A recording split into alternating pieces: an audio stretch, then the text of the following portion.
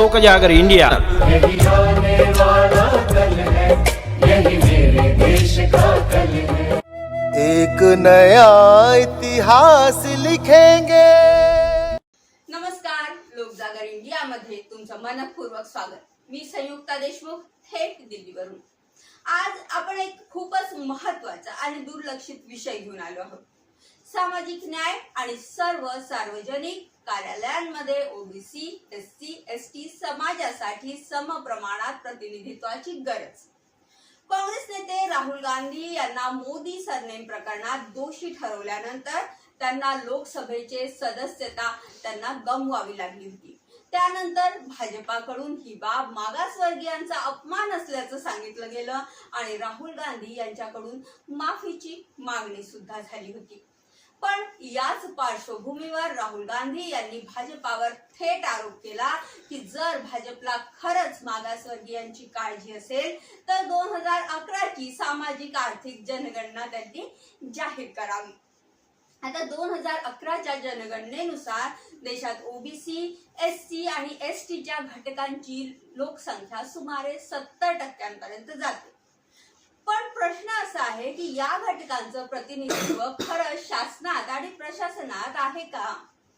लेखक पुष्पेंद्र सिंग यांनी Indian express मध्ये 1 मे 2023 रोजी प्रसिद्ध झालेल्या एका लेखात स्पष्ट भूमिका घेतलेली आहे की जर लोकशाही खऱ्या अर्थाने सर्वसमावेशक वाटली असली तर असं वाटत असेल तर प्रत्येक घटकाला लोकसंख्येनुसार प्रतिनिधित्व मिळालं पाहिजे। आज लोकसभा आणि विधानसभेत एससी एसटी साठी आरक्षण आहे पण ओबीसींसाठी नाही। राज्यसभा, विधान परिषद, सर्वोच्च न्यायालय, निवडणूक आयोग, सीबीआय, ईडी, एनआयए या सर्व ठिकाणी मागासवर्गीयांचं प्रतिनिधित्व जवळपास नगण्य आहे। केंद्र, राज्य, शिक्षण, न्याय व्यवस्था आणि प्रशासकीय यंत्रणे समाजाच्या रचनेप्रमाणे प्रतिनिधित्व मिळालं पाहिजे। याच चर्चेत मराठा समाजाचाही उल्लेख करणं अत्यावश्यक आहे। मराठा समाजानेही अनेक वर्ष आरक्षणासाठी लढा दिला आहे। शिक्षण आणि नोकऱ्यांमध्ये संधी मिळाव्यात यासाठी रस्त्यावर उतरले, आंदोलने केली। महाराष्ट्रात उच्च न्यायालयाने मराठा समाजास सामाजिक आणि शैक्षणिक दृष्ट्या मागास घोषित केलं, पण सर्वोच्च न्यायालयाने त्या आरक्षणावर स्थगिती दिली। हा देखील एक मोठा समाज घटकांचा प्रतिनिधित्वाच्या अधिकारासाठीचा संघर्ष आहे।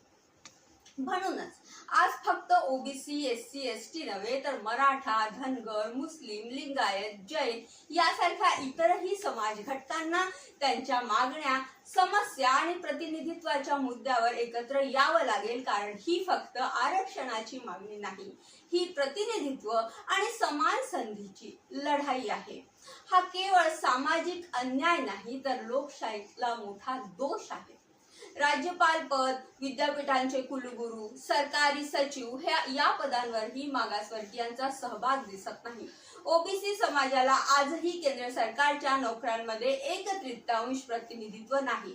म्हणून लेखक असेही म्हणतात की प्रत्येक स्तरावर केंद्र, राज्य, शिक्षण, न्याय व्यवस्था आणि प्रशासकीय यंत्रणेत समाजाच्या रचनेप्रमाणे प्रतिनिधित्व मिळायला पाहिजे। जेव्हा प्रत्येक घटकाला त्याचा हक्काचा वाटा मिळतो तेव्हा एक खरे लोकशाहीचे राष्ट्र निर्माण होते। तर मित्रांनो, आजची ही मागणी केवळ एक राजकीय अजेंडा नाही तर एक सामाजिक लढा आहे। विरोधी पक्षांनी आता या मागण्यांना पुढे नेलं पाहिजे। सर्व सार्वजनिक पदांवर सामाजिक न्यायाची हमी असायला पाहिजे। जर तुम्हालाही वाटत असेल की सर्व समाज घटकांना त्यांच्या लोकसंख्येनुसार प्रतिनिधित्व मिळालं पाहिजे तर या व्हिडिओला लाईक करा, शेअर करा आणि लोक जागर इंडियाला सबस्क्राईब करायला विसरू नका। आपण भेटतच राहू पुढच्या भागात। तोपर्यंत जागृत रहा, सजग रहा, लोकशाहीला जपा। धन्यवाद। आने वाला कल है, यही मेरे देश का कल है। एक नया इतिहास लिखेंगे।